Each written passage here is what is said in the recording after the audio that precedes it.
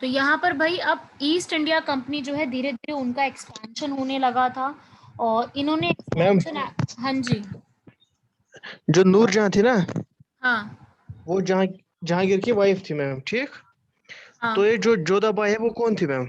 जोधाबाई तो अकबर की थी ना, वो तो उनकी मम्मी थी ना, मतलब मदर थी ना उनकी, मीर की। अकबर के? हाँ जोधाबाई तो अकबर की वाइफ थी ना। अकबर की वाइफ थी। जोधा अकबर सुना होगा ना आप लोगों ने, जोधा अकबर, तो वो तो तो मैम हर का बाई कौन थे? हरबाई तो कोई और किसी और की वाइफ थी। वो ये अकबर की थी। और जो ये मैम है ना, जोधाबाई, वो जहांगीर की थी। जोधाबाई और जो ये मदर थी। और जो खुर्रम जहांगीर है की वो इसी का बेटा है, वाइफ थी जोधाबाई का। नूरजहां। जहांगीर की वाइफ, सुनो, जहांगीर की वाइफ नूरजहां थी और अकबर की नूरजहां वाइफ थी। जोधाबाई थी। इसमें कंफ्यूज मत होना। हरकाबाई अलग है, वो हरकाबाई जोधाबाई का ही दूसरा नाम है, ठीक है, वो अलग चीज है। पर जो आप कह रहे हो कि जोधाबाई वाइफ थी उनकी, जहांगीर की, वो उनकी मदर थी। ठीक है मैम। मैम जो बॉम्बे है ना, बॉम्बे, ये इन्होंने कैसे ऑब्टेन किया बॉम्बे? ये डच के पास पहले गिफ्ट था। ये आप आवाज नहीं आ रही है आपकी इमरान, आप मैंने कहा क्लियर बॉम्बे हुआ जो है ना, जो मैंने बॉम्बे, बोला? ये उन्होंने कैसे ऑब्टेन किया? खैर अभी हम उसमें नहीं जा रहे, आप ये बताओ आपको ये कौन किसकी वाइफ थी, ये क्लियर हुआ, ये याद रखना, ये कंफ्यूजन मत रखना। आगे देखो अब इसके बाद, अब ईस्ट इंडिया कंपनी कैसे कैसे एक्सपैंड होती है, वो एक दिन का काम नहीं, बहुत बड़ा इनका एक रोल था, बहुत बड़े समय के लिए धीरे धीरे इन्होंने स्टार्ट करा। एक्चुअली में इन्होंने यहाँ पर जो गोलकोंडा का पहला रीजन था, गोलकोंडा रीजन कौन सा है, कहाँ पे है भारत में? हैदराबाद। गोलकोंडा जो है वो आज हैदराबाद। के समय में हैदराबाद का बेसिक एरिया है, ठीक है? गोलकोंडा क्या है आज के समय का? हैदराबाद, ठीक है। तो ये जो हैदराबाद है, यहाँ पे जो हैदराबाद की जो सिटी थी, वहां पे इनको क्या मिल गया, राइट्स मिल गए कि अब वो गोलकोंडा का जो पूरा एरिया, हैदराबाद बहुत इंपॉर्टेंट जगह हुआ करती थी पहले के समय में, तो इनको पूरा राइट मिल गया कि अब यहाँ पर जो गोलकोंडा हैदराबाद का जो ना, यहाँ पे ये ट्रेड कर सकते हैं, ठीक है। पोर्चुगीज तो ऑलरेडी हैं ही, हार गए हैं, लेकिन पोर्चुगीज अभी भी हैं ही वहां, तो गए तो है नहीं पोर्चुगीज। तो पोर्चुगीज में यहाँ पर वो भी हैं, ब्रिटिशर्स ने अपनी फैक्ट्रीज लगानी शुरू कर दी हैं, सूरत में, मद्रास में, कलकत्ता में, बहुत ज़्यादा अपनी अपनी फैक्ट्रीज उन्होंने लगानी शुरू कर दी है। और फिर धीरे धीरे जब जो जहांगीर की जो डेथ हो जाती है, तब शाहजहां आते हैं, जो प्रिंस खुर्रम है, वो जब आते हैं, तब उनसे भी ये बहुत अच्छे से मिलना, सब कुछ करना, और फिर उनसे भी आगे बढ़ के बंगाल तक भी पहुंचना शुरू कर देते हैं। तो धीरे धीरे ये बढ़ाते जाते हैं अपने आप को, ठीक है, स्टार्ट करते करते, और ये अपने आप को पूरे एरिया में बढ़ाते जाते हैं। शुरुआत में इनकी फैक्ट्री सिर्फ सूरत, बॉम्बे, बंगाल, मद्रास तक रहती है। धीरे धीरे करते करते ये अपनी और फैक्ट्रीज को बढ़ाते जाते हैं।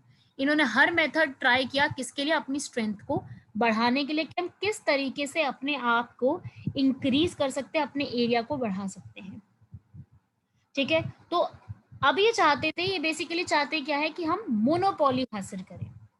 हम पूरे इंडिया के अंदर, जो इंडिया का एरिया है, वहां पे हम लोग क्या एस्टैब्लिश करें, वहां पे हम मोनोपोली को लेकर के आए।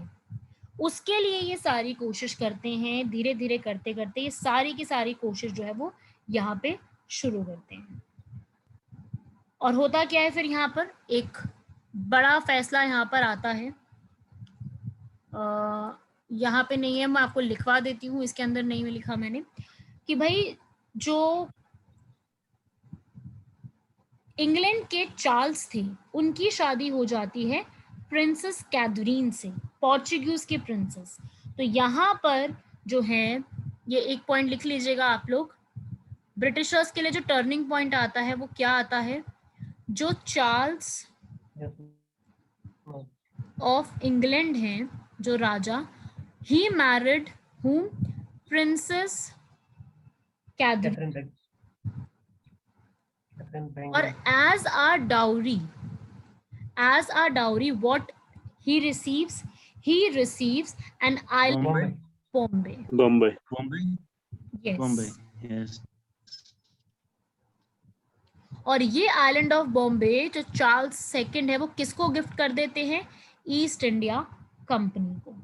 East India Company. East India company को वो चीज दे दी जाती है। तो अब ईस्ट इंडिया कंपनी अपने जो हेड क्वार्टर्स है वो वेस्ट एरिया में, अभी मैं वेस्ट की बात करूँ, वेस्टर्न कोस्ट के हेड क्वार्टर्स सूरत से उठा के कहाँ शिफ्ट कर देती है?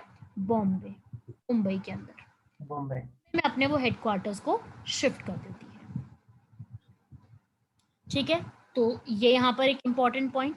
ठीक है, ये वेस्ट की बात हो रही है। वेस्ट एरिया में इन्होंने अपने आप को, सूरत में तो कर ही रखा है, अब बाकी बॉम्बे भी इनके अंडर आ गया है, तो यहाँ पर इन्होंने इसको भी एस्टैब्लिश कर लिया। अब क्या होता है, वेस्ट में तो इन्होंने अपने आप को एस्टैब्लिश कर रहे हैं। अब बात आती है ईस्ट के एरिया की, जो बंगाल का मेन रीजन है, because Bengal was the most important region at that time, क्योंकि बहुत बड़ा भी था और सबसे ज्यादा इम्पॉर्टेंट रीजन भी था। तो जो बंगाल का रीजन था ना, जो कि मुगल एम्पायर के लिए भी सबसे ज्यादा इम्पोर्टेंट था, वहां से इनका जो है वो स्टार्ट होता है। कैसे होता है अब समझना, इसके पीछे की स्टोरी पूरी। मैं आपको इसके पीछे की पूरी स्टोरी समझाती हूँ। आई एम शोइंग यू इसमें पिक्चर में आपको दिखा रही हूँ, उसमें आप समझेंगे इसके पीछे की स्टोरी।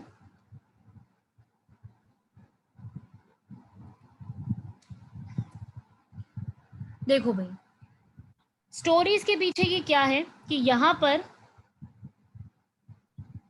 जो पर्सन्स हैं अलग अलग, वो यहाँ पे आने शुरू होंगे। मुर्शिद कुली खान, शुजाउद्दीन, अलीवर्दी खान, सिराज, ये सारे लोग यहाँ पे आने स्टार्ट होंगे। ठीक है, अलग अलग यहाँ पे बंगाल के रूलर्स होंगे, वो आएंगे। इमरान कुछ कह रहे हो? No ma'am, no ma'am. Okay, सो यहाँ पे अलग अलग आएंगे। अब पहली बात ये आती है, हम पढ़ने से पहले ये देखते हैं कि बंगाल को चूज इन्होंने क्यों किया। Why they have chosen Bengal for this purpose. Bengal को चूज करने का पर्पस था क्योंकि मुगल्स के लिए सबसे बड़ा जो एरिया था ना, रिच एरिया, ब्रिटिशर्स क्या चाहते थे? They only want wealth. वो कोई ये नहीं चाहते थे कि भारत में आके डेवलपमेंट कराएं, इंफ्रास्ट्रक्चर बढ़ाएं, ऐसे करे, भला करे लोगों का। उनको तो किससे मतलब था? वेल्थ से। इंडिया की जो इतनी वेल्थ, इतनी बड़ी वेल्थ है हमारे पास, उनको तो उससे मतलब था। तो वहां पर जो बंगाल सबसे बड़ा रिचेस्ट प्रोविंस हुआ करता था मुगल्स का, और नवाब जो थे वहां के, वो बेसिकली हैंडल करते थे, क्योंकि मुगल एम्पायर के जो राजा थे, चाहे शाहजहां थे, औरंगजेब थे, वो सब तो मेन थे ना, उनके जो गवर्नर्स थे, मतलब कि नवाब जो थे, वो अपने एरियाज को हैंडल किया करते थे।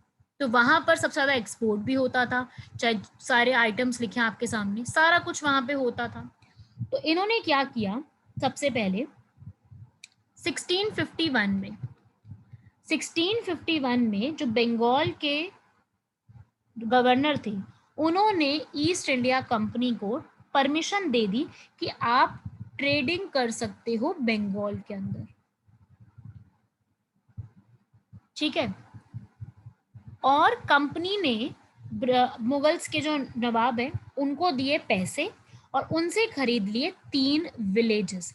ये क्वेश्चन आया था यूपीएससी में कुछ साल पहले, क्वेश्चन पूछा गया था, काफी अच्छा क्वेश्चन था, स्टेटमेंट की फॉर्म में आया था। क्वेश्चन था भाई कि जो ईस्ट इंडिया कंपनी है, उन्होंने यहाँ पर 3 विलेजेस को खरीद लिया। ठीक है, कौन कौन से 3 विलेजेस थे, ये नाम इंपॉर्टेंट है। 3 विलेजेस के कौन कौन से विलेजेस उन्होंने खरीदे थे? ठीक है, बुरदवान, चिटगांव, मिदनापुर। नहीं, गोविंदपुर, कोलकाता और सुतांती।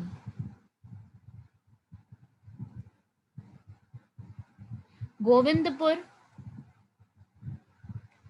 कोलकाता और सुतानती।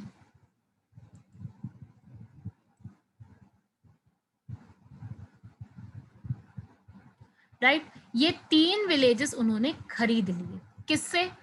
नवाब से। किसने?